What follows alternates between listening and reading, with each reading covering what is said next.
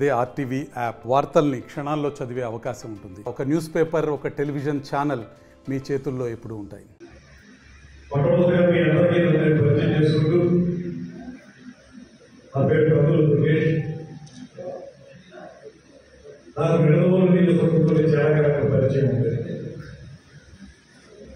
Rajahmundry parliamentary నియోజకవర్గానికి Janasena party ఇన్ఛార్జిగా వ్యవహరించిన నేపథ్యం, అదేవిధంగా నేను స్టూడెంట్గా ఉన్నప్పటి నుంచి కూడా ఎంఎస్సీ క్యాంపస్లో ఉన్నప్పుడు ఈ నిడదవోలు కొవ్వూరు నియోజకవర్గంలో ఉన్నప్పుడు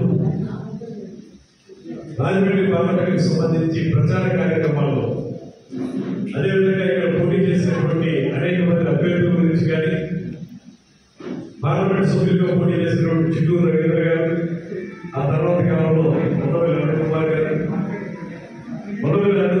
2009లో పోటీ చేసినప్పుడు నిడదవోలు నియోజకవర్గం కూడా మొత్తం అన్ని మండలాల్లో కూడా ఎదురు రావడం జరిగింది. కొత్త నియోజకవర్గాలు వచ్చింది. వీటి ద్వారా నేను ఈ ప్రాంతాల్లో ప్రచార కార్యక్రమాల్లో విరివిగా పాల్గొన్నటువంటి వ్యక్తి. నిడదవోలు నియోజకవర్గం నాకు చిరపరిచితమైనటువంటి నియోజకవర్గం. ముఖ్యంగా నేను రాజకీయాలు ప్రమాణంగా 3 దశాబ్దాలకు ఉన్నాను కనుక, స్టూడెంట్కి నేర్పించుకున్నాను కనుక నాకు రాజకీయాలు అనేవి నా ఊపిరి. నేను వ్యాపారం చేయను, రాజకీయాన్ని వ్యాపారంగా అసమాంచం, అదేవిధంగా ఇతర వ్యాపకాలు ఏమి పెట్టుకోను. కేవలం ప్రతిరోజు కూడా నేనున్నటువంటి పార్టీకి సంబంధించి ఆ పార్టీ విధి విధానాలని ప్రజల్లోకి తీసుకెళ్ళడం, తద్వారా కార్యక్రమాలు నిర్వహించుకోవడం, ఈ రకమైనటువంటి దినచర్య నాకు ఉంటుంది తప్పితే ఇతరత్ర వ్యాపకాన్ని పెట్టుకోను. అందువల్ల కొంచెం ప్రాంతానికి కొత్తగా వచ్చేమో కానీ నేను రాజకీయాలకు మాకు చాలా పాత మిత్రుడు. అదేవిధంగా నిడదవోలు నియోజకవర్గంలో ఉన్నటువంటి జనసేన పార్టీకి చెందిన అనేక మంది కార్యవర్గ సభ్యులందరూ కూడా నేను పశ్చిమ గోదావరి జిల్లా అధ్యక్షులు శ్రీ చంద్రబాబు గారు కలిసి మాట్లాడుతూ నిర్ణయించిన వాళ్ళే చాలా మంది వాళ్ళ కార్యవర్గం ఉంటారు. వీళ్ళందరూ కూడా మేము ఆ రోజున బాగా పనిచేస్తామనుకున్న వాళ్ళని నేను ఆయన కలిసి ఇక్కడ ఏర్పాటు చేయడం జరిగింది. ఆ రకంగా నిడదవోలు నియోజకవర్గం నాకు పూర్తిగా చిరపరిచితమైనటువంటి. అదేవిధంగా నేను 6 సంవత్సరాల కాలం కాంగ్రెస్ హయాంలో ఎమ్మెల్సీగా పనిచేశాను. ఎమ్మెల్సీగా ఉన్నప్పుడు ఈ ప్రాంతానికి చాలా ముఖ్యమైన పశ్చిమ గోదావరి జిల్లా కూడా రాజమండ్రి అంటే ఈ 4 ఉన్నది కనుక ఇక్కడికి రావడం, అదేవిధంగా ఈ పక్కనే చెంగారెడ్డిలో మాకు భూములు ఉండటం, వాటిని చూసుకోవడానికి రావడం, ఆ రకంగా పశ్చిమ గోదావరి జిల్లాలో పూర్తి స్థాయిలో అనుభవం ఉన్నటువంటి కుటుంబాన్ని కూడా మనం చేస్తున్నాం. ఇవాళ జనసేన పార్టీ నిడదవోలు నియోజకవర్గం చాలా వెనకబడిపోతుందనేటువంటి ఆలోచనతో, ఒకప్పుడు గత వైభవం చాలా అద్భుతంగా ఉన్నటువంటి ఈ నియోజకవర్గం, నిడదవోలు అంటే వైబ్రెంట్ గా ఉండేటువంటి ఈ నియోజకవర్గం తర్వాతి కాలంలో నెమ్మదిగా ఎందుకో అర్థం కాదు కానీ ఇక్కడ ఉన్నటువంటి అనేక సదుపాయాలు వెనకబడిపోయారు. తర్వాత మళ్ళీ పునరుద్ధరించారు కానీ ఒక టైంలో ప్రమాణమైనటువంటి బస్సు డిపో తీసేశారు ఇక్కడ నిడదవోలు టౌన్లో. అదేవిధంగా జంక్షన్ గా ఉండేటువంటి రైల్వే జంక్షన్ గా ఉండేటువంటి ఈ నిడదవోలుకి సరైనటువంటి ప్రాతినిధ్యం కేంద్రంలో లభించలేదు, లభించలేదు. ఇటువంటి కారణాలు గురించే కానీ ఈ మధ్య కాలంలో గడిచిన 5 సంవత్సరాల కాలంలో వైఎస్ఆర్ కాంగ్రెస్ పార్టీ హయాంలో కూడా నిడదవోలు నియోజకవర్గానికి సంబంధించిన అనేక మౌలిక సదుపాయాల కల్పన విషయంలో పూర్తిగా వెనకబడిపోయింది అనేటువంటి మన సమర్థన.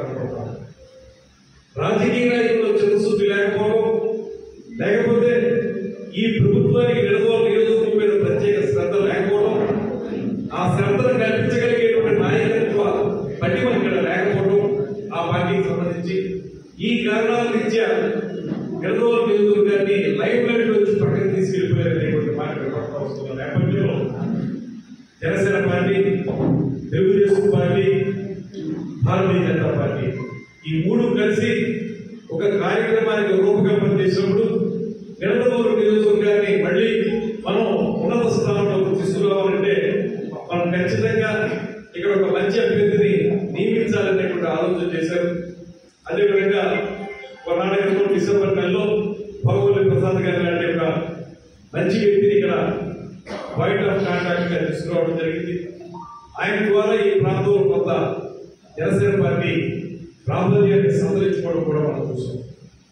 అదేవిధంగా గతంలో జరిగినటువంటి 2019 ఎన్నికల్లో ఆనాటికి జనసేన పార్టీకి పెద్ద ఉచ్చస్థితి లేకపోయినా ఇక్కడ ఉన్నటువంటి సాధారణ కార్యకర్తలు, క్షేత్రస్థాయి కార్యకర్తల యొక్క కృషితోటి 23,000 పైచీలకు ఓట్లు సంపాదించుకున్నారంటే అది జనసేన పార్టీకి చాలా బలం ఉన్నటువంటి సందర్భంగా మనం చూసుకోవాలి. ఎందుకంటే ఆర్థిక బలం కానీ అంగబలం కానీ ఆ రోజు లేని పార్టీ అయినప్పటికీ కూడా 23,000 పైచీలకు ఓట్లు వచ్చినాయి అంటే అది చాలా గొప్ప విషయంగా మనం భావిస్తాం.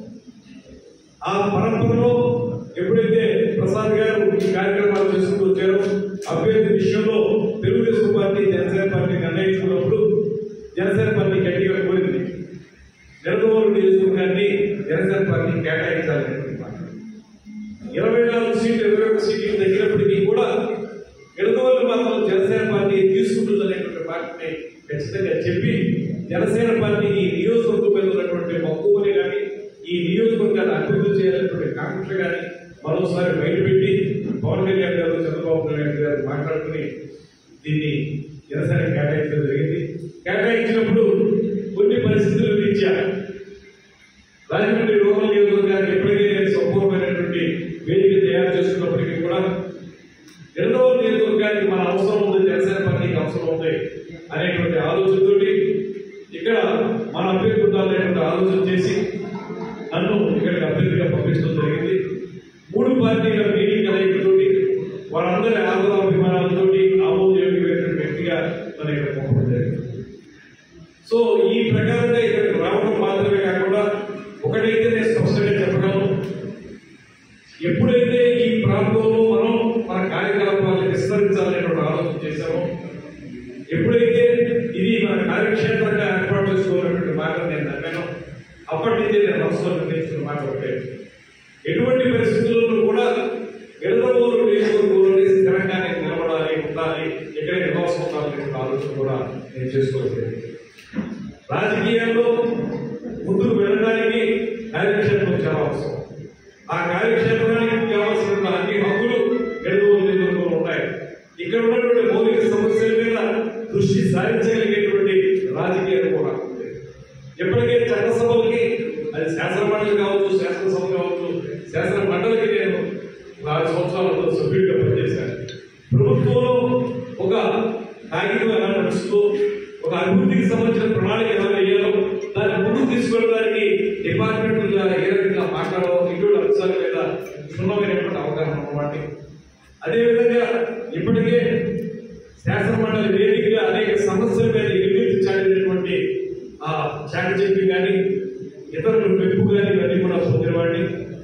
వీటన్నిటి దృష్ట్యా నిడదవోలు నియోజకవర్గానికి గతంలో జరిగినటువంటి ఈ 5 సంవత్సరాలుగా జరగనటువంటి అభివృద్ధిని ఖచ్చితంగా రాబోయే కాలంలో తీసుకురాగలము అనేటువంటి ఒక నమ్మకంతో నేను ఇక్కడికి వచ్చేటువంటి మాటలు కూడా అమలు చేస్తున్నాను.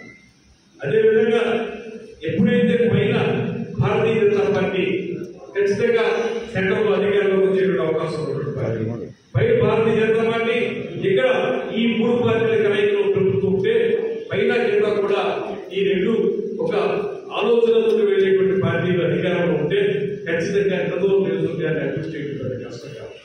ఇంతకుముందే మిత్రులు కొంతమంది చెప్పారు, ఆ తాళపాలెం దగ్గర ఉన్నటువంటి ఇబ్బంది, రైల్వే వాళ్ళు వేసినటువంటి గంటలు తీసేయకపోతే ఇంటికి వెళ్ళేటువంటి అవకాశం దొరకడం లేదనేటువంటి మాట కూడా చెప్పారు. అలాంటివి చాలా ఉన్నాయి. నిడదవోలు పట్టణానికి గోదావరి జలాలు అందించేటువంటి సమస్య కానివ్వండి, ఈ రోడ్ల విషయం కానివ్వండి, రైతుల సమస్యలు కానివ్వండి, ఇవన్నీ కూడా చాలా సమస్యలు ఉన్నాయి. ఒకటైతే నేను గట్టిగా చెప్పగలను, ఈ నిడదవోలు నియోజకవర్గ ప్రధానికి ఒక మాట చెప్పగలను, నేను ఉదయం లేచి దగ్గర రాత్రి పడుకునే వరకు కూడా రాజకీయాల్లో తిరిగే వ్యక్తి. రాజకీయాల ద్వారా, స్వచ్ఛమైన రాజకీయాల ద్వారా సుపరిపాలన అందించడానికి మనం ముందుకు వెళ్ళాలని అనేటువంటి వాడిని. అటువంటి విధానమైనటువంటి పార్టీలో నేను ఉన్నాను కనుక నిడదవోలు నియోజకవర్గానికి సంబంధించిన సమస్యలను పరిష్కరించడానికి నిరంతర నిర్విరామ కృషి చేస్తాను. ఇక్కడే ఉంటాను, సమస్యలను పరిష్కరిస్తాను. 100% 5 సంవత్సరాలు పూర్తయ్యడానికి గత సంవత్సరాలతో పోల్చుకుంటే ఇప్పుడు నిడదవోలు అభివృద్ధి చెందిదనే విధంగా తయారు చేయడానికి వీలుగా ఒక కార్యాచరణని ఏర్పాటు చేసుకుని ఆ కార్యాచరణ ప్రకారం ముందుకు వెళతాననేటువంటి హామీని ఈ నియోజకవర్గ ప్రజలందరికీ కూడా నేను అందజేయడం జరుగుతుంది. అందుకే వాళ్ళందరినీ మీ ద్వారా కోరుతున్నారు, ఒక అవకాశం నాకు ఇచ్చి చూడండి. ఒక ఎమ్మెల్యేగా మాత్రం కాదు, ఒక సేవకుడిగా మీతో ఉండే ఎమ్మెల్యే నేను అవుతాను తప్పితే ఏదో అధికారాన్ని అజమాయిషీలు చలాయించాలనేటువంటి విధానంలో మాత్రం ఉండాలనేటువంటి మాటలు కూడా మరొకసారి మనం చేస్తున్నాం. నాకు ఉదయం లేచి దగ్గర నుంచి సాయంత్రం వరకు కూడా కేవలం రాజకీయాల్లో ఎలా అభివృద్ధి చేయాలనేటువంటి మాట చెప్తే మరొక ఉండదనేటువంటి మాట మనం చేస్తాం. మరిన్ని వీడియోస్ కోసం ఛానల్ ని సబ్స్క్రైబ్ చేయండి. లేటెస్ట్ అప్డేట్స్ కోసం వాట్సాప్ ఛానల్ ని ఫాలో చేయండి. అండ్ లింక్ డిస్క్రిప్షన్ లో ఉంది.